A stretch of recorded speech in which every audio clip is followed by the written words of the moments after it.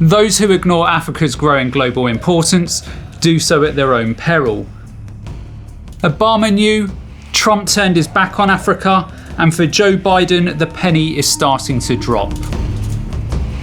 He has seen how China has been exploiting opportunities on the continent in recent years and have now become a dominance in the region.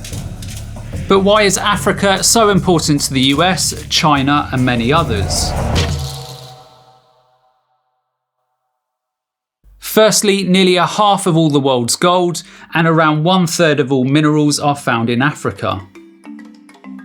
Approximately $400 billion of minerals are produced in Africa each year.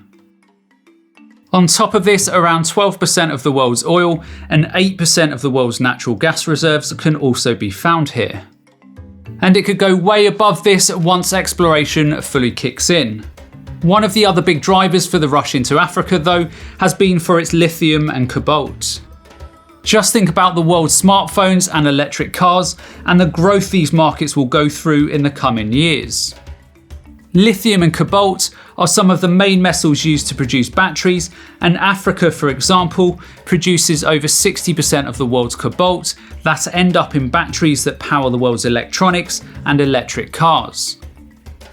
Africa's top mineral producers are South Africa, Nigeria, Algeria, Angola, and Libya, and these 5 countries produce over 2/3 of Africa's total mineral output from everything from iron, diamonds, gold, and petroleum. Now, Africa's market is currently fairly small, globally speaking. It produces only around 5 to 6% of the world's minerals, compared to 59% coming from Asia, 16% coming from North America, and 7% from Europe. With such modest numbers, you may be thinking, why is there so much investment being pumped into the continent from China and others, and why is America so keen to join the party? And it's quite simple: opportunity. The International Monetary Fund recently stated that Africa is the world's second largest growing region, and there are many analysts predicting that over the coming years the continent may become a $5 trillion economy. So you can see, with this level of growth, why Biden is now starting to lean much more towards a pro-African foreign policy. That's why my administration is committed to rebuilding our partnership around the world and re-engaging with international institutions like the African Union. We must all work together to advance our shared vision of a better future, a future of growing trade and investment that advances prosperity for all our nations, a future that advances lives of peace and security for all our citizens, a future committed to investing in our democratic institutions and promoting the human rights of all people.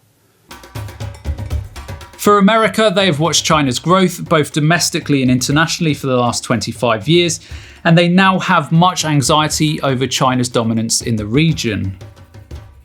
America know they need to up their game. China's Foreign Minister Wang Yi has visited many countries already this year in Africa and welcomed many of his African counterparts to China. President Xi Jinping is also repeatedly on the charm offensive and can be seen routinely having productive calls with various different African heads of state. America probably suspects that although yes, China wants to exploit opportunities on the continent, it also probably wants to rally support for their stance on Ukraine. And Biden knows that post-Ukraine, many African countries may be forced to choose either the US or China, as globally we are potentially straying into a new Cold War and a new global arms race. America, as it tries to race into Africa, knows that the big winners of the global economy over the next 2 decades will be largely determined by whether the valuable natural resources in Africa are brought to a free and open market, or whether China's dominance on the continent will make the natural resources market for America and others a lot less accessible. Then we get to the security side of Africa. The continent of Africa is a key strategic location for both China and the US for protecting their overseas interests. Despite the US having hundreds of military bases around the world, it only has one in Africa. China has a naval base at the mouth of the Red Sea in Djibouti, and if reports are to be believed, it is considered setting up a second on the Atlantic coast soon. Due to instability, piracy and terrorism in areas such as Nigeria and Cameroon, America knows that it's going to have to increase its military presence if it's to protect its future interests in the region. The biggest issue that America currently faces, though, as it tries to steamroll it into the African continent, is that it knows that China has been throwing loans at Africa for a while. And many in American politics have accused China of corruption and bribery in Africa. Now, China and many African leaders would argue that the loans being offered are at very reasonable rates, while the offers coming from the US and others in the West come in the form of aid, which usually comes with political requirements with it.